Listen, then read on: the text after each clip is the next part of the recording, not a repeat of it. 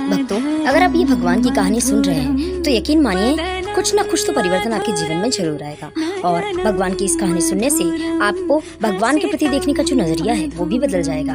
ध्यान से सुनिए। एक बार एक गौरैया थी। वह एक पेड़ में घोंसला बनाकर रहती थी। एक बार महाभारत का युद्ध होने से पहले वहाँ के उस जमीन के सारे पेड़ उखाड़े जा रहे थे, तो गौरैया के पेड़ भी उखाड़ दिया गया, जिससे गौरैया के बच्चे जमीन पर गिर गए और वे चलने और उड़ने में असमर्थ थे। तभी गौरैया ने देखा कि वहाँ से कृष्ण भगवान अर्जुन के साथ निकल रहे हैं, तो उसने कृष्ण भगवान से कहा कि हे भगवान, मेरी रक्षा कीजिए, मेरे बच्चों को बचाइए। भगवान बोले, मैं नियति के खेल को नहीं बदल सकता, मैं तुम्हारी रक्षा करने में असमर्थ हूँ। तो गौरैया ने कहा, भगवान मैं कुछ नहीं जानती, मुझे आप पर पूरा विश्वास है, आप मेरी मदद कीजिए, मैं अपने आप को अपने बच्चों सहित समर्पित करती हूँ।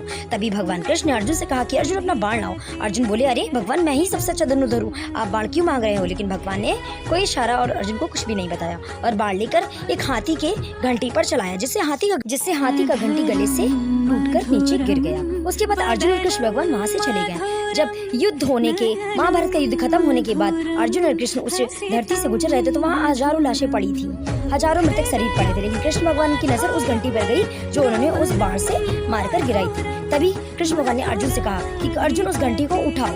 तो अर्जुन ने पूछा, भगवान इतने सारे यहाँ पर मृतक शरीर पड़े हैं, आप इस घंटी की बात कर रहे हैं? लेकिन भगवान ने कहा, अर्जुन उस घंटी को उठाओ। तो अर्जुन ने उस घंटी को उठाया। जैसे उठाया, अर्जुन की तो दुनिया ही बदल गई। अर्जुन ने देखा कि उस घंटी के नीचे एक चिड़िया और उस गौरैया के एक नहीं 5 युवा बच्चे थे। अर्जुन ने ये देखा और बोले, भगवान मुझे क्षमा करे, हे कृष्ण। हे अर्जुन ने कहा, आपको मानव शरीर में देखकर और सामान्य मनुष्य की तरह व्यवहार करते हुए मैं भूल गया था कि आप वास्तव में कौन है। इसलिए भक्तों, ईश्वर पर विश्वास करिए और प्रेम से बोलिए राधे राधे।